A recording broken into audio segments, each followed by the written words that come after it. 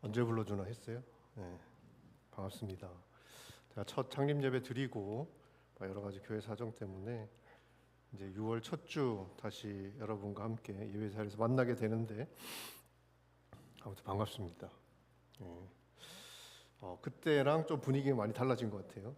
네, 처음 시작할 때 아주 이렇게 좀 왁자지껄했죠. 저는 그런 분위기 너무 좋아하는데 지금은 조금 이제 주님 안에 더 정돈되게 더 집중해서 뜨거워진 것 같아서 너무 감사하고 좋습니다. 지금 조금 이제 빈자리들이 보이는데 전 좀 걱정이에요. 빨리 옮기게 되면 또 우리가 좀 고민이 많아질 것 같아서. 근데 여러분 저희가 이제 오늘이 교회에서 어떤 이제 우리 전도 집회 같은 거 하잖아요. 그러면 우리 준비하는 분들, 섬기는 분들이 꼭 그 자리에 가서 그 손을 얹고 기도합니다. 그 자리에 오실 분들을 축복하고 또 그분들이 그 전도 집회를 통해서 꼭 예수님 만났으면 좋겠다 그런 마음으로 이제 축복하고 기도하고 참 많은 열매들이 있거든요. 그러니까 여러분들도 그 빈자리를 늘 이렇게 손을 얹고 축복하고 기도하시면 그 자리의 주인이 오실 겁니다. 그래서 우리가 함께 정말 하나님께서 이 위윈 체프를 통해서 행하실 일들 정말 많은 기대가 있는데 벌써 오늘이 교회가 22년 전에 시작될 때 여러분보다 훨씬 더 적은 숫자가 모여서 교회가 시작됐어요. 그렇지만 하나님께서 주신 비전과 또 이 교회가 그 자리에서 그 맡은 일들을 잘 감당하면서 참 아름답게 성장해 와서 잘 아시겠지만 저희가 이제 그 공간이 좁아져서 이전을 하게 됐습니다. 저는 우리 위윈 체프를 통해서도 그런 놀라운 역사들이 있기를 축복합니다. 그래서 그냥 보스턴 온누리 교회의 어떤 위윈 체플이라는 청년부 공동체 교회가 아니라 여러분들이 그런 교회들 정말 이 땅의 청년들을 위한 그 교회들을 세워가기를 소망해요. 저희가 지원하고 또 후원하고 늘 함께 하겠지만 여러분들이 그런 비전들을 함께 쫓아가시면 좋겠습니다. 그런 마음으로 오늘 좀 말씀을 전할 텐데 저희가 이제 우번에 우리 청년분들 계실 때 나누었던 그 느헤미야 말씀 오늘 좀 계속해서 나눌 텐데 오늘 말씀이 이제 느헤미야 11장 1절부터 3절까지 말씀입니다.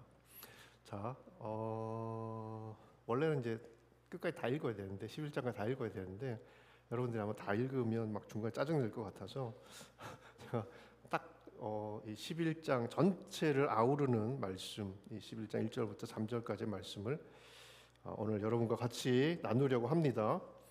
11장 말씀은 예루살렘 성에 거하게 된 사람들 그리고 이제 그 예루살렘 성 밖에 이스라엘 백성들이 이제 자기 가문이 받은 유업들이 있잖아요. 포로로 끌려갔다가 돌아왔지만 그 자신들이 예전에 이제 모세 이후에 이제 여호수아와 함께 가나안을 정복하면서 각 지파별로 가문별로 나눠 받았던 유업이 있는데 그 유업을 회복해요. 그래서 이제 다시 돌아와서 그 자신의 유업이 된 그 땅에서 거하게 된 사람들, 그 사람들을 이 11장 말씀에 기록해 놓고 있습니다. 포로된 땅에서 돌아온 그 예루살렘 성 그리고 주변의 그 지역들을 보면 황무지 같지요. 정말 소망 없는 황무지와 같은 땅입니다. 근데 그 땅에 거하는 그리고 그 예루살렘 성에 거하게 된 사람들 오늘 설교 제목이 황무지에 핀 꽃들입니다. 그 황무지에 꽃이 되어서 꽃을 피운 사람들입니다. 이 사람들 통해서 버려진 땅이 숲이 되고 또 옛 이스라엘의 영광이 회복되게 됩니다.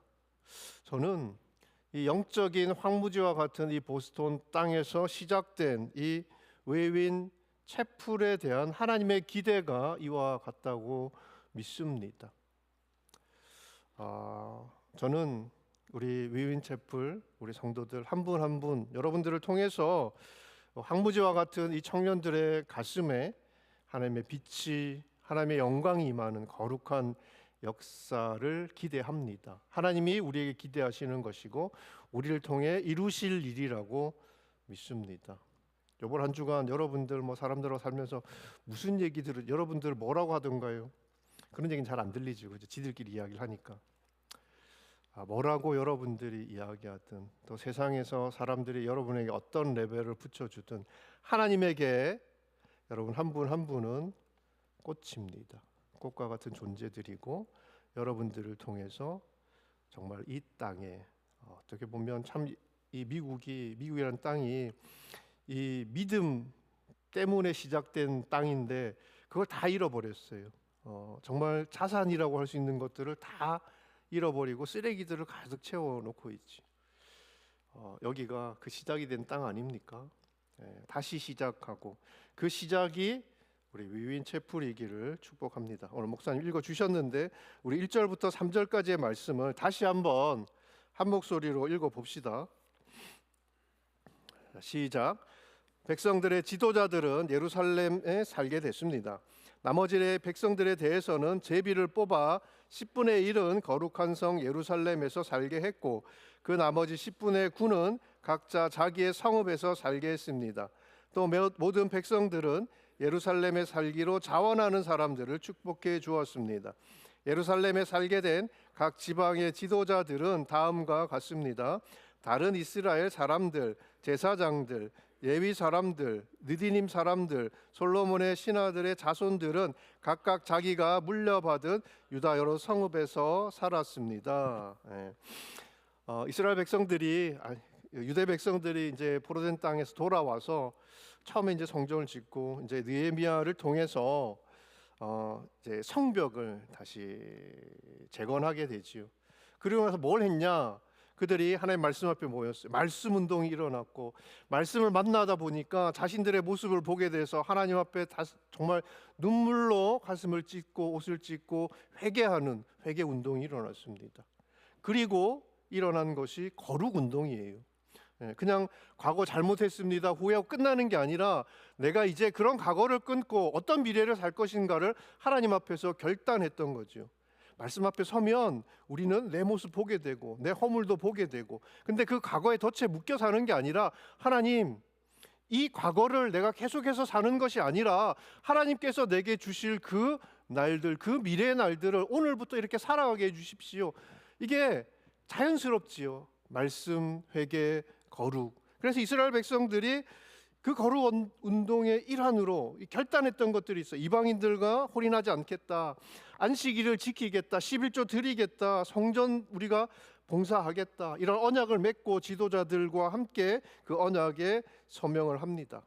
그리고 나서 이제 이 11장 말씀을 보니까 백성의 지도자들, 자원하는 자들을 포함해서 제비를 뽑아서 백성의 10분의 1을 예루살렘 성 안에 거주하게 하고요.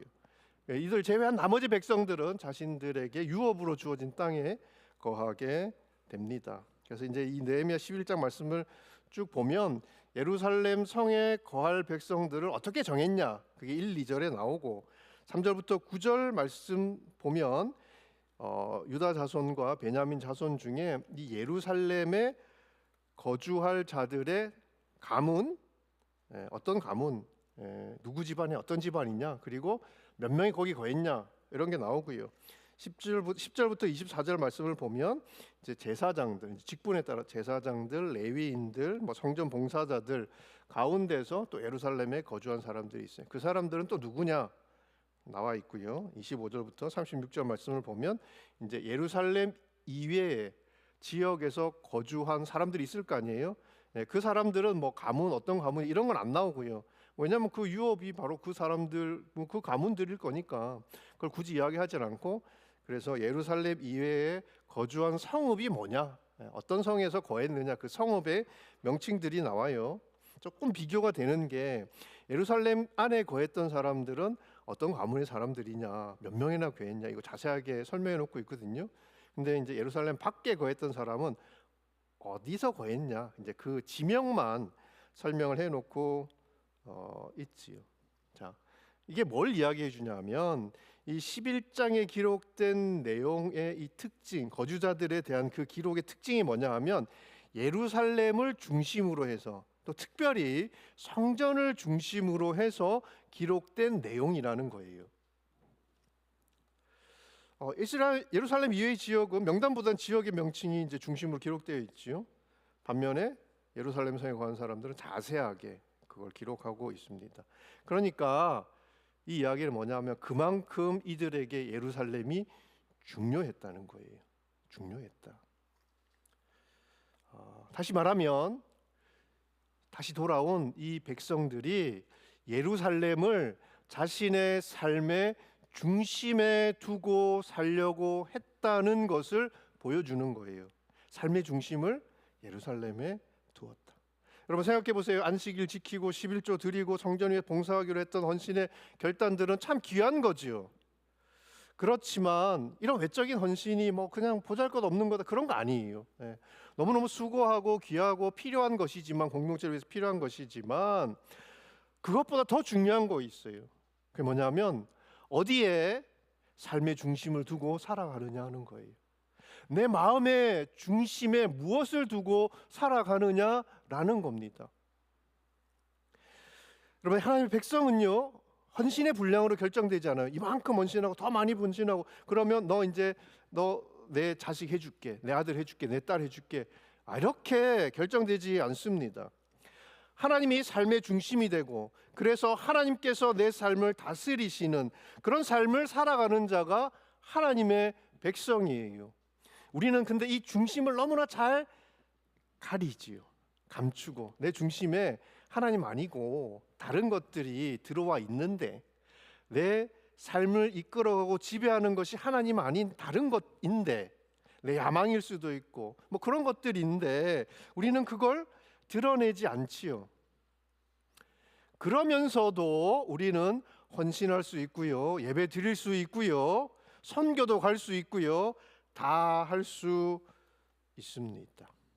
자, 근데 이렇게 살다 보면요, 중심에 우리가 두고 살아가야 할 것, 하나님, 예수님, 예수님이 귀하게 생각하시는 것들, 그게 우리에게 비전이 되고 우리의 삶을 이끌어가는 힘이 되지 않으면, 여러분, 그냥 내가 안에 두고 있는 것보다 더 큰 것을 만나게 되면 우리는 넘어져요.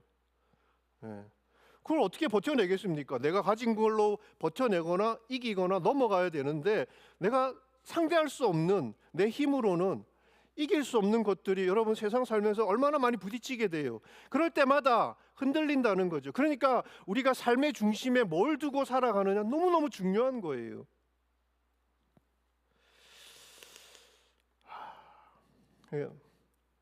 제가 목회자잖아요.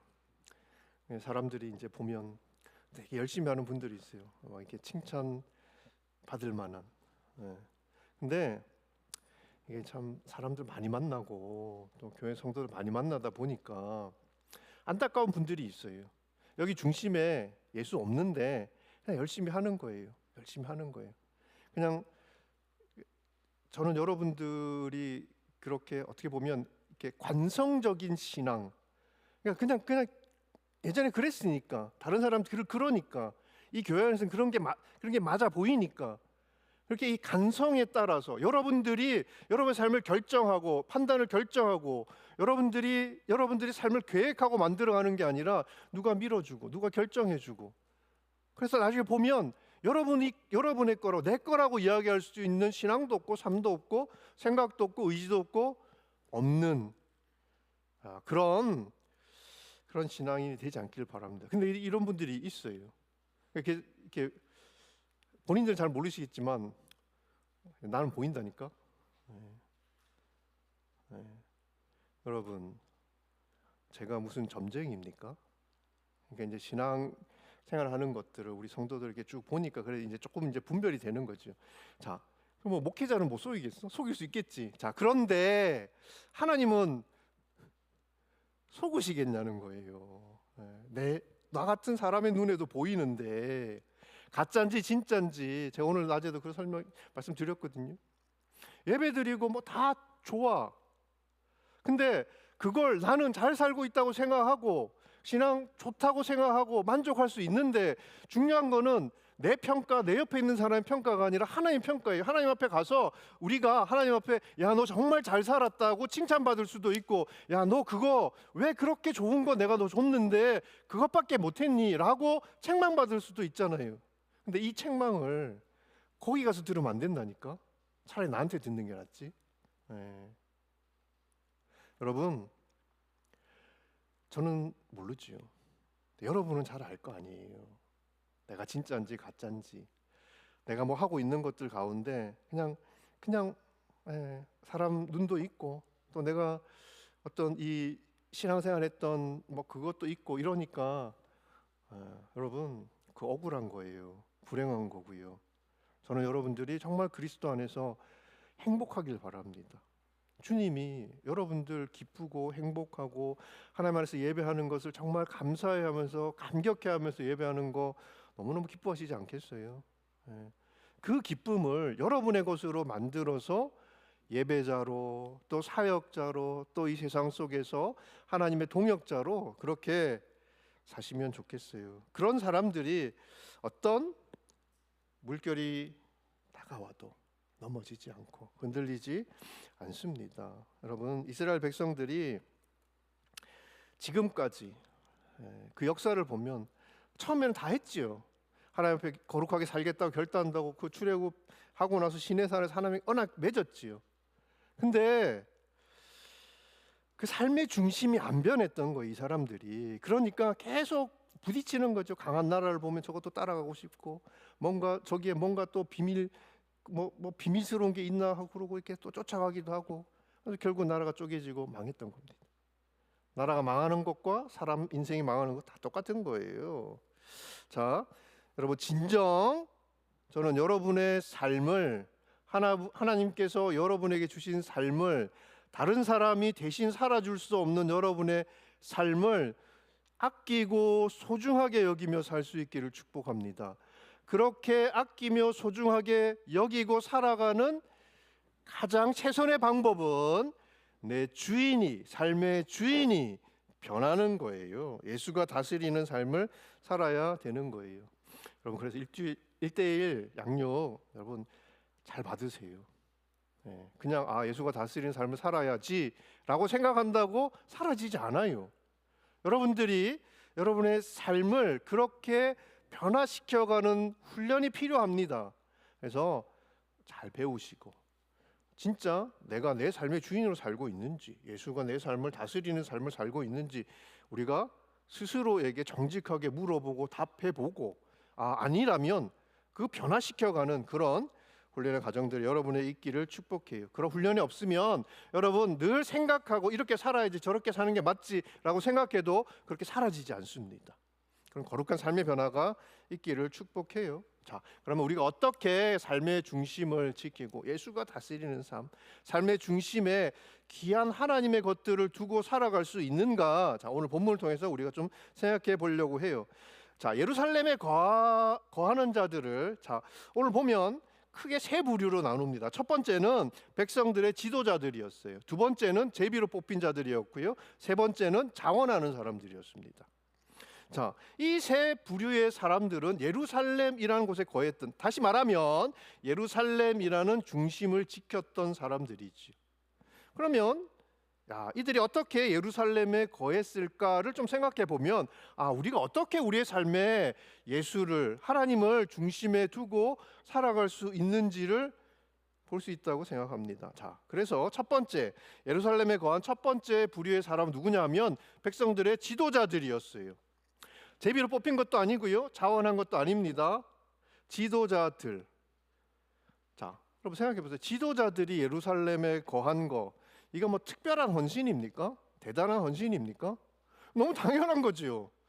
지도자가 백성들의 지도자니까 그들의 중심에 두어야 할 곳에 거하는 거, 뭐 원하든 원하지 않든 지도자니까 이건 너무 당연한 거예요. 그러니까 자기들이 해야 할 거 한 거지요. 지도자라면. 백성들이 막 지도자들이 거기 거한다고 그래가지고 뭐 이랬겠습니까? 뭐 당연하지. 그러려고 너 지도자 된 거 아니냐? 그러려고 너 하나님께서 이 백성들을 이끌어가는 리더로 뽑은 거 아니냐라고 당연하게 생각하는 게 맞지요. 자, 누가복음 말씀을 보겠습니다. 17장 9절 10절 말씀입니다. 나오나요? 같이 한번 읽어볼까요? 명한 대로 하였다고 종에게 감사하겠느냐? 이와 같이 너희도 명령받은 것을 다 행한 후에 이르기를 우리는 무익한 종이라 우리가 하여야 할 일을 다 한 것뿐이라 할지니라. 그러니까 직분을 맡은 자가 자신이 해야 될 일을 했다고 주님이 그거 칭찬해 줘야 되냐? 당연한 거다라는 거지요. 네. 좀 억울한가요? 그럼 제일 시키지. 왜 날 시켜가지고 고생대로 했는데 그거 칭찬 한마디 안 해주고 좀 서운합니까? 그래서 우리는 생색이 안 나면 잘 안 하려고 해요.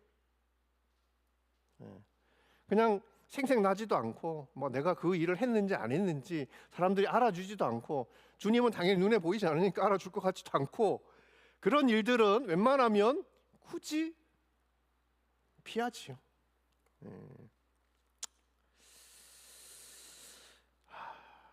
근데 여러분 당연히 여러분들 부르신 분께서 여러분들의 허락하신 그 일, 그 자리를 야 이거는 그냥 뭐 그렇게 중요한 거 아닌 것 같아. 굳이 내가 안 해도 될 것 같아. 뭐 그런 일들을 보다 보면 이제 보여요. 그걸 소홀히 하면 무슨 일이 생깁니까? 여러분 우리 뭐 지난 10년 이렇게 돌아보면 한국에서 너무나 비극적인 사건들이 많았다 그지요? 그런 사건이 일어날 때마다 우리 젊은 세대들, 우리 자녀들이 희생되는 거 보고 너무너무 마음 아프고 미안했어요. 근데 그 일들이 어떻게 일어났냐? 그 자리를 지켜야 될 사람이 그 자리를 안 지킨 거예요. 그냥 소홀히 했던 거죠. 당연히 그 자리에 있을 거라고 생각한 사람이 그 자리를 지키지 않았네? 왜냐? 별로 티 안 나니까. 평소에도 별일 없었으니까. 여러분 당연히 해야 할 일을 소홀히 하는 것은 나 한 사람 문제로 끝나지 않습니다. 주님은요 우리에게 주시지도 않은 능력을 발휘해라 뭐 이런 이야기 하지 않으시고요. 그런 거 기대하지도 않으세요. 그냥 자기에게 주어진 자리를 지키고 해야 할 일을 감당하면 되는 겁니다. 그게 뭐냐? 충성이에요. 충성. 고린도전서 4장 2절 말씀 맡은 자에게 구할 것은 충성이니라. 오늘 이 말씀도 우리 성인들하고 같이 나눴거든요. 1절 말씀에 사람들이 마땅히 우리가 하나님의 비밀을 가진 자로 알아야 된다 이런 말씀이 나와요. 그리고 맡은 자에게 구할 것은 충성이래요. 그러니까 우리가 사람들에게 막 하나님의 비밀이 이런 거야, 예수가 이런 분이야, 우리 하나님께서 우리 약속하신 것이 이런 세상이야 막 떠벌리지 않아도, 내가 그거를 막 사람들한테 보여주려고 노력하지 않아도 내가 맡은 자리에서 충성하면 그게 복음이 되어서 드러난다는 거예요. 여러분들을 통해서, 여러분들이 일하는 그곳에서 여러분의 가족들에게 예수 막 복음 막 이렇게 막 사람들이 막 싫어하고, 왜 그렇겠어요? 나에게 예수도 안 보이고 내 삶 속에서 천국도 안 보이거든. 근데 뭐 도대체 나를 어떤 세상으로 끌고 가려는 거야? 이런 생각이 들지요. 자, 여러분들에게 주신 자리 잘 지키는 그런 하나님 사람들이기를 축복합니다. 이 백성들의 지도자들은 그냥 다른 이름 붙일 게 없어요. 충성된 종이었어요. 충성된 종. 자신들에게 주어진 일이니까 그거를 피하지 않고 감당했던 충성된 종이었습니다. 이 삶의 중심을 지키는 게 무슨 대단한 능력이 필요한 게 아니고 놀라운 헌신을 해야 하는 것이 아니고 각자에게 주님께서 허락하신 은사와 직분에 따라서 충성하면 된다는 거예요. 여러분 자리에 연연하는 거 뭐 사람이니까 그럴 수 있어요. 근데 실제 중요한 거는 어떤 자리에 내가 앉아 있느냐가 아니라 내가 그 자리에서 감당할 책임을 잘 감당하고 있느냐입니다. 그게 하나님이 기대하시는 우리 모습이지요. 늘 여러분에게 주어진 자리를 충성되이 지키는 그런 하나님 백성들이길 축복합니다. 자, 두 번째 부류의 사람은 제비 뽑힌 사람이에요. 자, 그런데 여러분 이게 왜 제비를 뽑았을까? 여러분 뭐 이제 예를 들면 뭐 오늘 식사를 이제 점심을 먹기로 했어. 15명이 먹기로 했어. 근데 제비를 뽑아요. 제비를 뽑는 이유는 뭐죠? 한 사람한테 몰아주려고 그러는 거잖아. 예. 그러니까 몰아주려고. 자, 이게 5명이 먹는데 뭐 n분의 1로 안 내고, 자 이제 제비 뽑아서 걸리는 사람한테 몰빵해 주는 거지. 예. 그럼 제비를 왜 뽑아요? 내가 내기 싫으니까 뽑는 거지. 예. 자, 왜 제비를 뽑았냐면 나는 거기 가기 싫은 거야. 예. 가서 살고 싶은 사람들이 없었던 거예요. 당연하죠. 거기 뭐 성벽이 세워져 있지만 아무것도 없어요. 그냥 성벽만 있는 거예요. 그러니까 자원하는 사람이 물론 있었어요. 근데 원하는 사람이 없었다는 거지. 그러니까 제비 뽑은 거예요. 제비 뽑아서 그 10분의 1. 야, 그런데 이거 비워둘 수는 없잖냐. 누구라도 들어 살아야 되잖냐. 근데 나는 싫으니까, 자 그럼 다 싫다 그래. 그럼 어떻게? 제비 뽑아서 들어가자. 뭐 이렇게 된 거예요. 충분히 이해할 수 있지요. 자, 뭐 11조 드리 좋아. 안식일 지켜 좋아. 교회 봉사 좋아. 다 좋은데 그 이상은 어렵다. 그 이상은 딱 거기까지. 야, 여기 들어가면 사실 이렇게 어떻게 보면 목숨 걸고 들어가야 되는 걸지도 모르는데 거기까지는 안 되겠다. 이런 거지요. 내 삶도 중요하고 내 일도 중요한데, 야 이거 어떻게 다 올인해서 거기 들어가 사냐?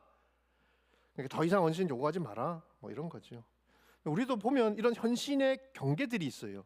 그러니까 여러분 각자가 만들어 놓은 것들이 있어요. 야 여기까지는, 이 시간까지는, 요만큼은 괜찮은데 그 이상은 목사님이 와가지고 막 이렇게 보면 막 이렇게 막 머리 이런 거지. 예.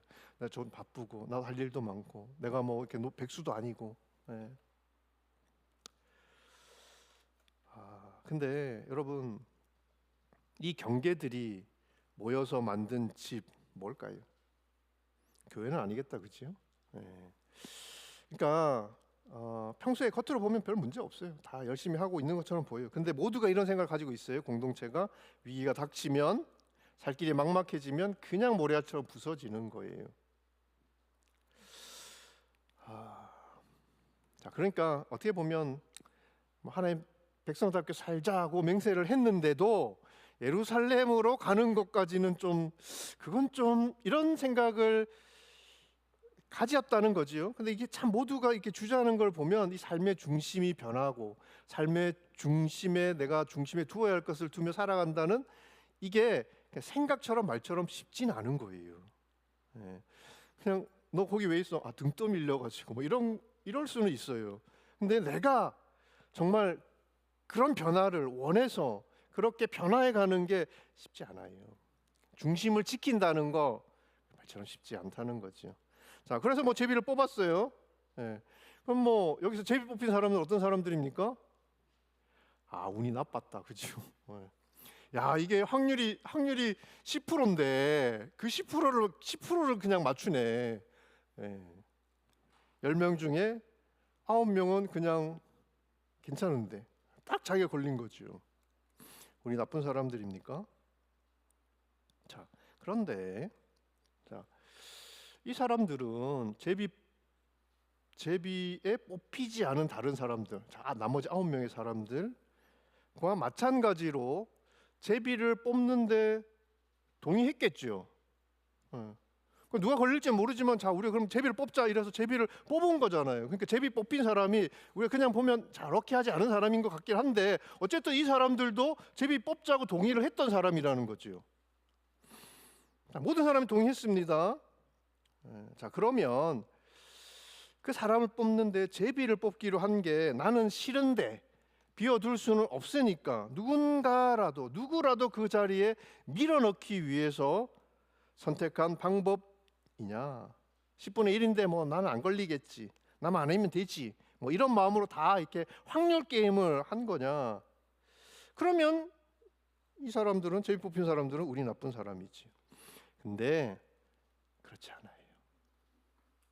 이 사람들 제비로 사람들을 뽑기로 한 것, 모두가 동의했던 것, 여기에는 아주 다른 영적인 의미가 있습니다.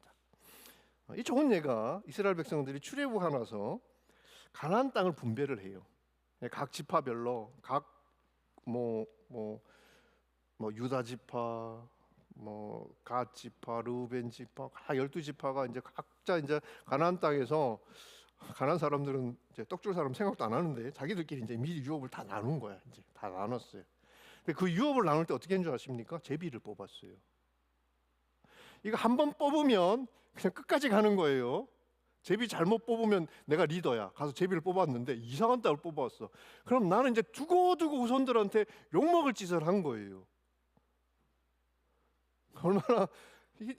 얼마나 이상하게, 세상에 유업 평생 갈 건데 이게 지금 대대손손 주님 오실 때까지 이게 안 변할 텐데 이걸 그냥 제비 한 번에 다 결정된다. 너무너무 이상하지요. 여러분, 예전에 사람들은 땅을 어떻게 나눴을까요? 힘으로. 힘 있는 놈이 좋은 땅, 많은 땅을 가지는 거죠. 힘이 없으면 땅 없어. 그죠? 예전에 그렇게 나눴단 말이에요. 가나안 땅은 그렇게, 가나안 사람들은 내가 힘이 좀 세지면 가서 툭 쳐가지고 뺏어오고, 또 힘이 약해지면 뺏기고 그랬던 거죠. 근데 유업을 이 사람들이 이렇게 나눴어요. 제비를 뽑았단 말이에요. 이게 여행에 맡긴 게 아니라 이스라엘 백성들이 하나님의 선하심에 자신들을 맡겼다는 거예요. 하나님의 정의에 나 자신을 맡겼다는 거예요. 내가 고르지 않고 내 힘으로 이것을 내가 만들어내는 게 아니라, 내가 열심히 해서 어떤 결과를 만들어내는 게 아니라, 하나님께서 공의로우시고 하나님께서 선하시기 때문에 하나님께서 내게 허락하신 것이 가장 좋은 땅이라는 믿음으로 이스라엘 모든 지파 사람들이 제비를 뽑기로 한 거예요. 이것도 마찬가지.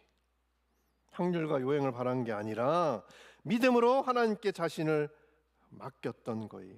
제비 뽑힌 사람들이 운이 나빴던 사람들이 아니라 하나님이, 야, 이번에는 네가 일하래, 네가 이 일을 하래 맡겨주시니까 오케이, 그러고 내가 그 부르심을 쫓아갔던 사람인 거죠. 이런 사람들이 삶의 중심을, 내가 그 원하는 건 아니지, 근데 그 부르심을 쫓아가는 그 사람들이 삶의 중심을 그렇게 바꾸고 삶의 중심을 두어야 할 것을 두고 살아가는 사람들입니다. 여러분, 나의 부르심, 여러분 다 부르셨어요. 여러분 다 부르심이 있어요. 안 부르셨는데 여기 온 분은 한 분도 없습니다.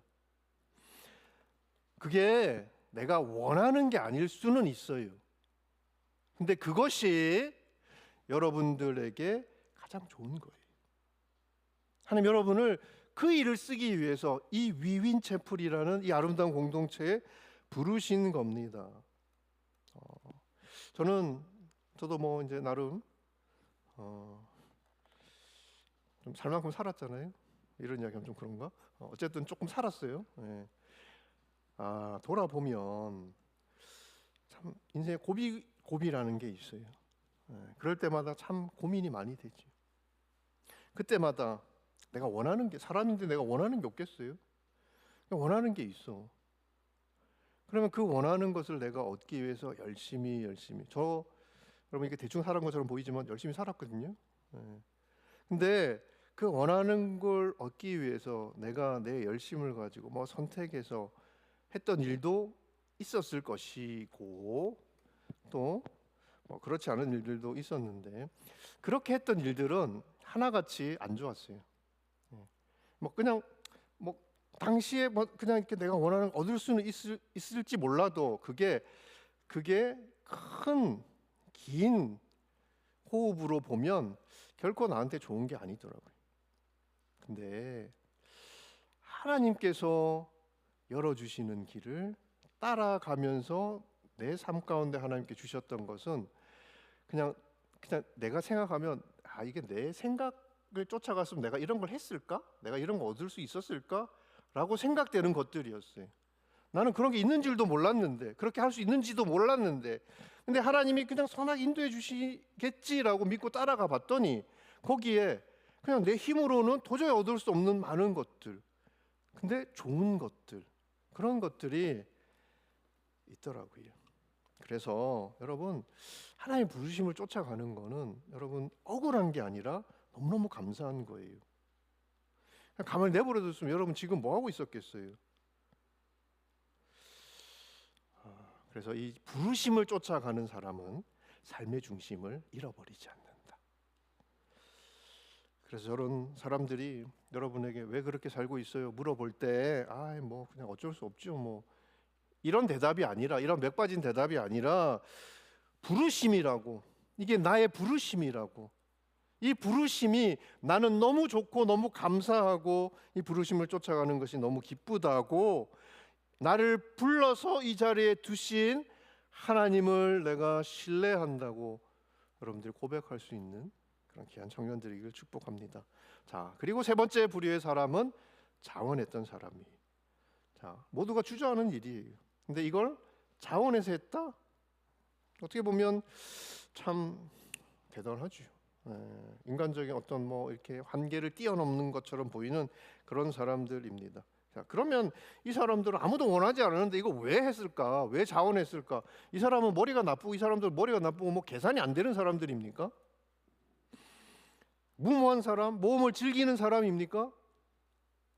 아니에요. 이 사람들은요, 이 예루살렘의 지금 황무지와 같은 현실이 아니라 이 예루살렘의 영광된 미래를 보았던 비전의 사람들이었어요. 소망의 사람들이었어요. 지금 이렇지만 내가 이 황무지와 같은 땅에 심겨져서 내가 싹을 피우고 내가 거기에 열매를 맺고 또 씨앗이 뿌려져서, 그래서 나를 통해, 나와 함께하는 사람들을 통해 이 황무지와 같은 땅이 예전에 그 울창한 숲과 같은 영광을 회복하게 될 거라는 비전을 가지고 하나님의 일에 자원했던 사람들입니다. 보이는 현실이 전부인데, 여러분 아무런 소망이 없는데 어떤 사람이 자기의 전부를, 자기의 인생을 거기다 걸어요? 미친 사람이지.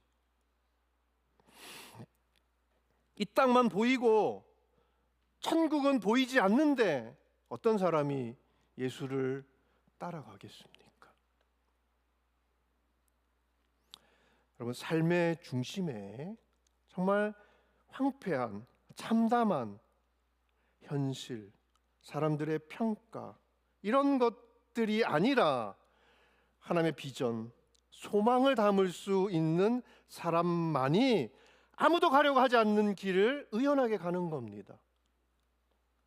그런 사람이 어떤 현실 속에서도 천국을 살고 소망의 꽃을 피우는 사람들입니다. 여러분, 주기도문 잘 기억하시지요? 하늘에 계신 우리 아버지여, 이름이 거룩히 여김을 받으시오며 나라가 임하시오며 뜻이 하늘에서 이루어진 것 같이 땅에서도 이루어지이다. 하나님의 뜻이 이 땅 가운데 임하기를, 그 하나님의 아름다운 뜻이 내 삶 가운데 임하기를 간절히 기대하고 소망하고 그런 비전을 가지고 이 땅을 살아가는 사람이 어떻게 삶의 중심을 잃어버릴 수 있겠습니까? 잃어버리는 게 이상한 거지. 예루살렘에 살기로 자원한 사람들, 소망의 사람입니다. 자, 그러니까 이 3절 이후에 기록되어 있는 이 모든 사람들은 어떤 사람들이냐 하면 충성된 사람이고 믿음의 사람이고 소망의 사람이었다라는 거예요. 그런 사람들을 통해서 하나님께서 하나님의 일들을 행하시지요. 이스라엘 백성들이 예루살렘 남기로 자원했던 사람들을 축복합니다. 이 사람들은 하나님의 축복을 받아서 마땅한 사람들이에요. 하나님이 기뻐하시는 사람들이에요. 황무지에 피어난 꽃들처럼 아무도 기억하지 않을 수 있어요. 그런데 그 땅에 씨앗을 뿌리고 자신이 거름이 되어서 이스라엘 영광을 회복했던 사람들입니다. 자, 제가 처음에 여러분들이 사람들이 뭐라고 이야기하던 여러분들은 하나님에게 꽃이다, 그 말씀 드렸죠. 여러분들이 어떤 꽃을 피울지는 몰라요. 못생긴 꽃일 수도 있어. 근데 여러분, 그 꽃들이 함께 어우러진 동산을 보세요. 아가서에 보면 물된 동산에 대한 이야기는, 물된 동산에, 하나님의 그 물된 동산에 여러 가지 향내를 피우는 꽃들이 있습니다. 교회예요, 교회. 어떤 사람은 이런 향내를 내고 어떤 사람은 저런 향내를 내고 그런 향기들이 그냥 바람을 타고 퍼져서 그냥 그곳에 하나님의 여호와의 동산이 있다는 것을 알게 하는 그런 꽃을 피우는 사람들, 저는 여러분들 안에서 그걸 봅니다. 그게 이곳에서 위인채플이라는 이름으로 교회가 시작된 이유이기도 합니다. 여러분들이 어우러져서 하나님의 동산을 이루는 그 비전이 저에게도 있어요. 여러분들에게도 그 비전이 있기를 축복하고 그 비전을 이루어갈 수 있기를 축복합니다. 여기가 물된 동산, 그리고 여러분 이곳에 찾아온 한 분 한 분을 꽃피우는 그런 아름다운 공동체가 되기를 축복하고요. 이 한 주간 평생 흔들리지 않는 그런 삶의 중심을 가지고 살아가는 충성된 하나님의 종, 믿음의 사람, 소망의 사람이길 축복하고요. 여러분들의 이 땅에서의 삶이 날마다 천국이기를 축복합니다. 화이팅! 기도하겠습니다. 같이 한번 기도합시다.